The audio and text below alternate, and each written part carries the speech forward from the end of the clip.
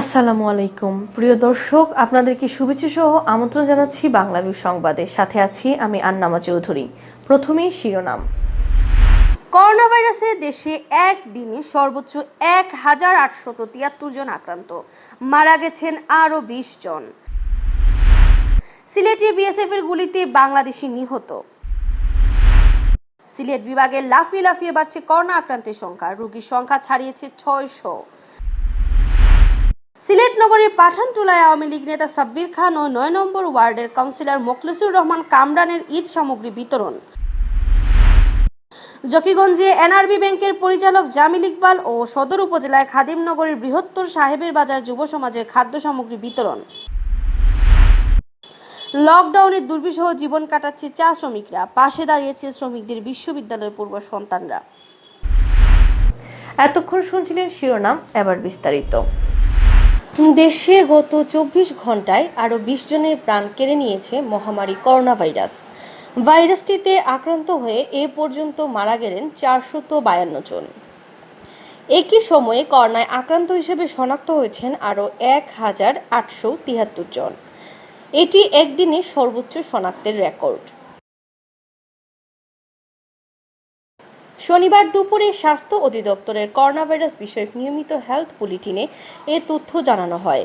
Bulletin উপস্থাপন করেন অধিদপ্তরের অতিরিক্ত মহাপরিচালক অধ্যাপক ডাক্তার নাসিমা সুলতানা। তিনি জানান, করোনা ভাইরাস শনাক্তে গত ২৪ ঘন্টায় আরও ৯,৯৭৭টি নমুনা সংগ্রহ করা হয়। পরীক্ষা করা হয় আগের কিছু মিলিয়ে ১০,৮৩৪টি নমুনা। এ নিয়ে দেশে মোট নমুনা পরীক্ষা করা হলো ২,৩৪,৬৭৫টি। নতুন নমুনা পরীক্ষায় আরও ১,৮৭৩ জনের দেহে করোনা শনাক্ত হয়েছে। এ নিয়ে দেশে মোট শনাক্ত হয়েছেন ৩২,০৭৮ জন। আক্রান্তদের মধ্যে মারা গেছেন আরও ২০ জন, ফলে মৃতের সংখ্যা দাঁড়ালো ৪৫২ জনে।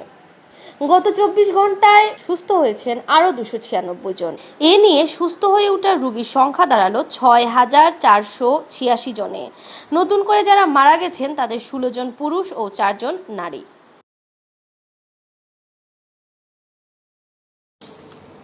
গত ২৪ ঘন্টায় আমাদের নমুনা সংগৃহীত হয়েছে ৯,৯৭৭টি।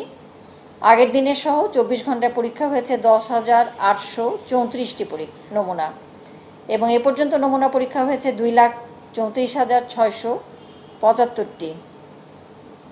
যা নমুনা পরীক্ষা হয়েছে তাতে গত ২৪ ঘন্টায় শনাক্ত হয়েছে ১,৮৭৩ জনকে, এবং এ পর্যন্ত ৩২,০৭৮ জন শনাক্ত হয়েছে। ২৪ ঘন্টায় মৃত্যুবরণ করেছেন ২০ জন, এবং এ পর্যন্ত ৪৫২ জন। সুস্থ হয়েছেন ২৪ ঘন্টায় ২৯৬ জন, এবং এ পর্যন্ত ৬,৪৮৬ জন। সিলেটের গোয়াইনঘাট উপজেলার জাফলংয়ে এক বাংলাদেশিকে গুলি করে মেরেছে ভারতীয় সীমান্তরক্ষী বাহিনী বিএসএফ। শনিবার সকাল ১১টার দিকে এ ঘটনা ঘটে। নিহত কালামিয়া জাফলংয়ের নয়াবস্তির বাসিন্দা।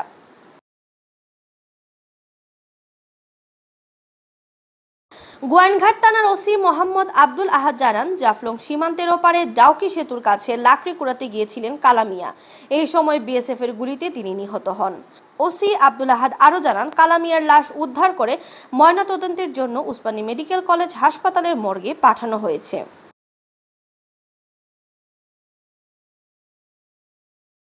করোনা ভাইরাসে প্রতিদিনই মৃত্যুর সংখ্যা বাড়ছে। প্রতিদিনই মৃত্যুর তালিকায় যোগ হচ্ছে নতুন নতুন নাম। সিলেট বিভাগে করোনায় আক্রান্ত ৬০২ জন, মারা গেছেন ১২ জন। শনিবার এ তথ্য জানিয়েছে স্বাস্থ্য অধিদপ্তরের সিলেট বিভাগীয় কার্যালয়। সংশ্লিষ্টরা জানান, সিলেট বিভাগে এখন পর্যন্ত ৬০২ জন করোনা আক্রান্ত হয়েছেন। এর মধ্যে সিলেটে ২৭৪ জন, সুনামগঞ্জে ৮৯ জন, মৌলভীবাজারে ৮৩ জন ও হবিগঞ্জে ১৫৬ জন রয়েছেন। আক্রান্ত এসব ব্যক্তিদের মধ্যে মারা গেছেন ১২ জন। এর মধ্যে সিলেটের ৯ জন, মৌলভীবাজারের ২ জন ও হবিগঞ্জের ১ জন। স্বাস্থ্য অধিদপ্তরের সিলেট বিভাগীয় কার্যালয়ের সহকারী পরিচালক ডাক্তার আনিসুর রহমান জানান, সিলেট বিভাগে করোনা আক্রান্ত হয়ে মারা যাওয়ার প্রথম ঘটনা ঘটে ৪ এপ্রিল। মৌলভীবাজারের রাজনগর উপজেলার ট্যাংরা ইউনিয়নের আকুয়া গ্রামে সাঞ্জু মিয়া নামের এক ব্যক্তি ওই দিন করোনায় উপসর্গ নিয়ে মারা যান। পরদিন তিনি করোনা পজিটিভ ছিলেন বলে পরীক্ষায় শনাক্ত হন। তিনি জানান, সিলেটে সর্বশেষ মৃত্যুর ঘটনা ঘটেছে শুক্রবার দিবাগত রাতে। শহীদ শামসুদ্দিন আহমেদ হাসপাতালে মারা যান মৌলভীবাজারের সাবেক সিভিল সার্জন। পবিত্র ঈদ উল ফিতর উপলক্ষে সিলেট নগরীর পাঠানটোলা এলাকায় ঈদ উপহার হিসেবে খাদ্য সামগ্রী বিতরণ করেছেন মহানগর আওয়ামী লীগ নেতা মোহাম্মদ সাব্বির খান। শনিবার দুপুরে প্রায় 1000 পরিবারের মধ্যে তিনি এ উপহার বিতরণ করেন। এ সময় প্রধান অতিথি হিসেবে উপস্থিত ছিলেন সিলেট মহানগর আওয়ামী লীগের সাবেক সাধারণ সম্পাদক আসাদ উদ্দিন আহমদ। অন্যান্যদের মধ্যে উপস্থিত ছিলেন আওয়ামী লীগ নেতা জগদীশ দাস, সুদীপ দাস, ছাত্রনেতা আব্দুল আলিম তুষার, মুনায়েম খান মইনুল, বুরহান উদ্দিন, শাহাদাত খান দবির, হানিফ আহমেদ। এদিকে গরিব ও দুস্থদের মাঝে কাউন্সিলর মুখলিসুর রহমান কামরানের উদ্যোগে ঈদের খাদ্য সামগ্রী বিতরণ করা হয়েছে। সিলেট সিটি কর্পোরেশনের 9 নং ওয়ার্ডের এ কাউন্সিলর প্রায় 2500 পরিবারের মধ্যে এ খাদ্য সামগ্রী বিতরণ করেন। এ সময় প্রধান অতিথি হিসেবে উপস্থিত ছিলেন মহানগর আওয়ামী লীগের সভাপতি মাসুক উদ্দিন আহমদ, 9 নং ওয়ার্ড কাউন্সিলর মুখলিসুর রহমান কামরান, সংরক্ষিত ওয়ার্ড কাউন্সিলর রেবেকা বেগম রেনু।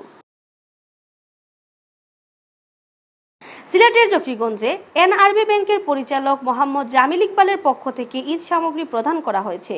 এনআরবি ব্যাংকের উদ্যোগে সারা দেশে করোনার জন্য বিপদে পড়া লোকজনের সহায়তা প্রদানের অংশ হিসেবে শুক্রবার জকিগঞ্জ উপজেলার মানিকপুর ইউনিয়নের খলদাপনিয়া গ্রামে ঈদ সামগ্রী বিতরণ করা হয়।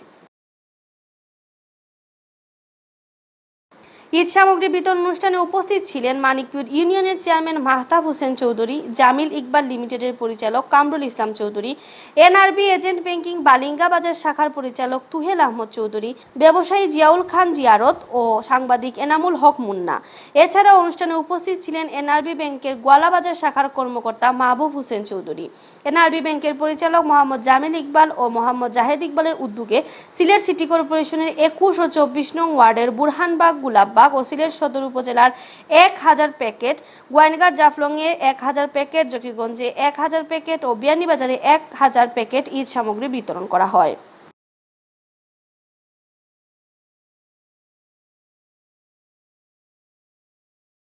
সিলেট সদর উপজেলার খাদিমনগর ইউনিয়নের বৃহত্তর সাহেবের বাজার যুব সমাজের উদ্যোগে করোনা ভাইরাসের জন্য গৃহবন্দী 250 পরিবারের মধ্যে ঈদ উপহার বিতরণ করা হয়েছে। শুক্রবার বিকালে ঈদ সামগ্রী বিতরণকালে উপস্থিত ছিলেন আওয়ামী লীগ নেতা আব্দুল মালিক, সিলেট সদর উপজেলার স্পোর্টস একাডেমি সভাপতি মোহাম্মদ ইকবাল আহমেদ, সহ সভাপতি নুরুল আমিন, সাবেক ছাত্রনেতা দেলওয়ার হোসেন, সাহেবের বাজার যুব সমাজ ত্রাণ কমিটির সমন্বয়ক জসিম উদ্দিন, এমরান আলী তালুকদার, আব্দুস সালাম, সাংবাদিক ইদ্রিস আলী, উস্তার আলী, আব্দুল বাসিত, মোহাম্মদ মতিউর রহমান ও আরব আলী। লকডাউনের দুর্বিষহ জীবন কাটছে সিলেট বিভাগের চা শ্রমিকদের। বেশিরভাগ চা বাগান চালু থাকলেও পরিবারের অন্য সদস্যদের রোজগার বন্ধ হয়ে যাওয়ায় খাবারের সংকটে ভুগছে তারা। এর মধ্যে গত 2.5 মাস ধরে বন্ধ অনেক চা বাগান। এ অবস্থায় অসহায় চা শ্রমিকদের পাশে দাঁড়িয়েছে চা বাগানের বিশ্ববিদ্যালয়ে পড়ুয়া চা শ্রমিকের সন্তানরা।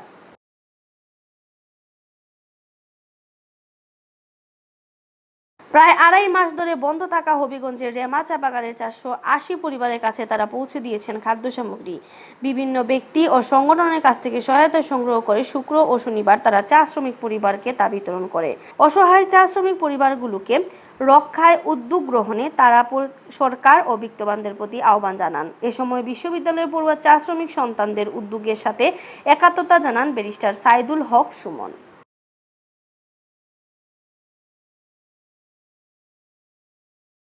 এতক্ষণ শুনছিলেন বাংলাভিউ সংবাদ। রাত প্রচারিত হবে সিলেটের আঞ্চলিক ভাষায় সংবাদ। দেখার আমন্ত্রণ রইল। সাথে থাকার জন্য ধন্যবাদ।